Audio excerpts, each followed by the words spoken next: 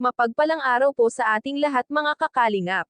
May konting hiling lang po ako sa inyo, baka pwede subscribe ng aking channel at huwag kalimutan suportahan ang ama ng ating Kalingap Rab na si Val Santos Matubang. At ang tatalakayin naman natin ngayon ay ang patungkol sa bahay ni Dara na malapit na pala itong matapos ang bilis ng ating mga trabahador. Ano mga kakalingap?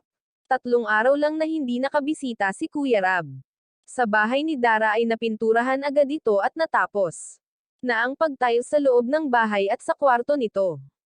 At ang ganda nga at ang laki. Dara excited na bago niyang bahay mayat maya na lamang nagwawalis ito at makikita nga natin na walang trabahador pagpunta nila Kuya Rab dahil araw ng linggo at ngayon lang po ito nangyari na walang nagtrabaho sa kadahilan ng umuwi ang mga trabahador dahil magbabutuhan sa kani-kanilang barangay.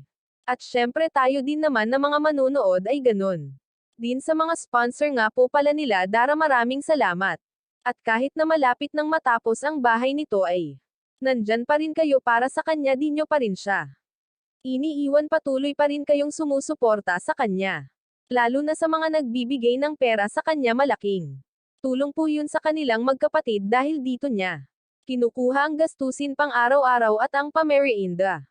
Sa mga trabahador syempre di mawawala yun, sabi pa nga ni Kuya Rab, baka daw nagsasawa na ang mga trabahador ni Dara sa tinapay na binibigay nito, kaya malaking pasasalamat ng ating mga manunood at sa mga sulid supporter ni Kuya Rab. Patuloy lang po tayong manood sa mga video ni Kuya Rab dahil sa pamamagitan ng ating panonood ay marami pang mahihirap at nangangailangan ng tulong tulad nila Dara at kay Angels ang matutulungan ni Kuya Rab at ng Kalingap team. At salamat din po pala kay Kuya Val Santos Matubang, ang founder ni Kuya Rab. Patuloy lang po tayo sa panonood dahil tayo ang mga solid supporter ni ng Kalingap Rab at Team Kalingap. Hanggang sa susunod ko na upload, sana panoorin nyo, parent.